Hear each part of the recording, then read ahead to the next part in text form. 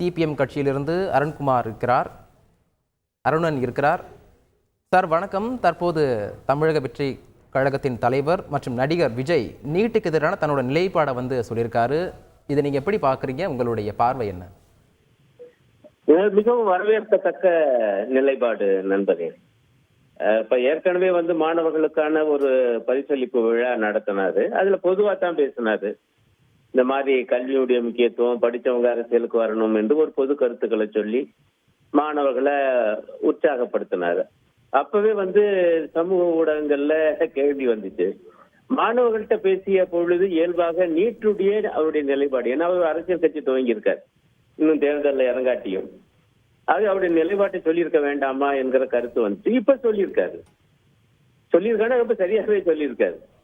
ஆகவே நீட்டை கைவிடணும் என்று ஒன்றிய அரசுக்கே வேண்டுகோள் விடுத்திருக்காரு. பாருங்க, தமிழ்நாடு மட்டும்தான் முதல்ல நீட்டு வேணாம்னு சொல்லிச்சு. ஐயா எங்களுக்காவது நீட்டுல இருந்து விலக்கு கொடுங்க ஐயா என்று கேட்டுச்சு. சட்டமன்றத்திலும் தீர்மானம் எல்லாம் போட்டிருக்கோம். இப்ப என்ன ஆகி போச்சுன்னா, நீட் வேண்டாம் என்பது ஒரு அகில இந்திய குரலா மாறியது. இப்ப நாடாளுமன்றத்துல எதிர்கட்சி தலைவர் ராகுல் காந்தி அவர்களே குடியரசுத் தலைவருடைய உரைக்கு நன்றி தெரிவிக்கும் தீர்மானத்தின் மீது பேசும் பொழுது இந்த நீட்டில் தேர்வுல நடந்த முறைகேடுகளை சுட்டியது மட்டுமல்ல, ஏன்னா மோடி ஆட்சியில பூரா கொஸ்டின் பேப்பர் பூரா வரிச்சு அவுட் ஆகுது. ஒரு தேர்வும் ஒழுங்கா நடத்தப்படலை அகில இந்திய அளவில் அவங்க நடத்துறது. இதை சுட்டி காண்பிச்சு அத்தோடு அவர் என்ன சொன்னார்னா, இந்த வினாத்தாட்கள் அவுட் ஆனது மட்டும் பிரச்சனை அல்ல, நீட் என்கிற தேர்வு முறைமையே, அந்த ஸ்கீமே தப்பு அப்படின்னார். அது பணக்கார மாணவர்களுக்காக அது வடிவமைக்கப்பட்டிருக்கு. ஏழை மாணவர்களுக்கு இந்த நீட்டால பயன் இல்லை என்கிற ஒரு கருத்தை இந்தியாவுடைய எதிர்கட்சி தலைவர் இன்றைக்கு பேசியிருக்கிறார் நாடாளுமன்றத்துல. பிறகு இயல்பாக தமிழ்நாட்டை சார்ந்த எம்பிக்களும் அதை அந்த நிலைப்பாட்டை ஆதரிச்சு பேசினதெல்லாம் நம்ம கேட்டோம். அதற்கு சரியான முறையில பதில் சொல்லல பிரதமர் மோடி. அவங்க அந்த கொஸ்டின் பேப்பர் அவுட் ஆன விஷயம் பத்தி மட்டும்தான் அவர் லேசா சுட்டி காண்பிச்சு மிச்சதுக்குள்ள எங்கேயோ போயிட்டாருன்னா அதுக்குள்ள போகல. இப்ப நடிகர் விஜய் அவர்கள் அவர் ஒரு அரசியல் கட்சி ஆரம்பிச்சிருக்காரு. இப்ப தன்னுடைய நிலைப்பாட்டை வெளிப்படையாக அறிவிச்சிருக்காரு. ஐயா நீட்டு வேணாம் ஐயா, அது பூரா முறைகேடுகளா இருக்கு. பழைய நிலைமை நீங்க அகில இந்திய அளவில் நடத்துற ஒன்றிய அரசு நடத்தக்கூடிய ஜிப்மர் போன்ற மருத்துவ கல்லூரிகளுக்கு வேணா நீங்க தேர்வு வச்சுக்கோங்க.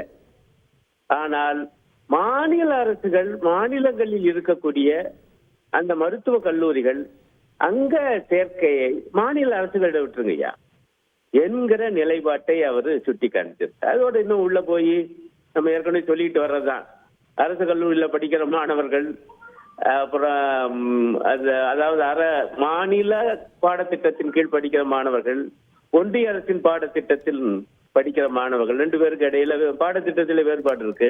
ஆனா நீட் என்பது ஒன்றிய பாடத்திட்டத்தின் கீழ் தான் பொதுவாக வினாக்கள் வருது. அப்ப இந்த மாணவர்கள் என்ன ஆவாங்க?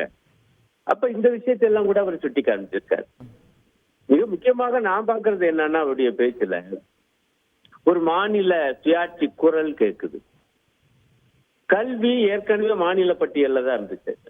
அவசர நிலை ஆட்சி காலத்துலதான் அடாவடித்தனமாக அது அங்கிருந்து ஒத்திசைவு பட்டியலுக்கு, பொதுப்பட்டியல்னு சொல்லுமே, அதற்கு மாற்றப்பட்டது. இப்ப அவர் என்ன கேட்கிறாருன்னா, இதெல்லாம் அந்தந்த மாநில அரசு தானே பார்க்கணும். அப்படி என்றால் கல்வியை மீண்டும் மாநில பட்டியலுக்கு கொண்டு வா, அப்பதான் இது ஒழுங்காகும் என்கிற அளவுக்கு, அந்த அளவுக்கு வந்திருக்காரு. ரொம்ப வரவேற்கத்தக்கது. இது மோடி அரசனுடைய கல்விக் கொள்கைக்கு எதிரானது. ஒவ்வொரு மாநில அரசும் தனக்கான கல்விக் கொள்கையை உருவாக்கி கொள்ள உரிமை உண்டு என்பதை கூட அவர் சுட்டி காமிச்சிருக்காரு. இப்ப ஏற்கனவே அதற்காக தமிழ்நாட்டில் அமைக்கப்பட்ட அந்த மாநில கல்வி குழு இருக்கு, அதனுடைய அறிக்கை சமர்ப்பிச்சிருக்கு.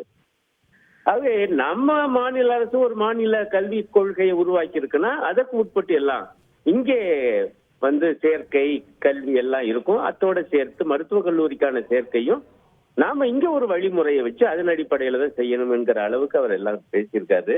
இது மிகவும் வரவேற்கத்தக்கது. இத்தகைய நிலைப்பாடுகளை அவர் இதர விஷயங்களிலும் எடுப்பார் என்று நம்ம எதிர்பார்ப்போம்.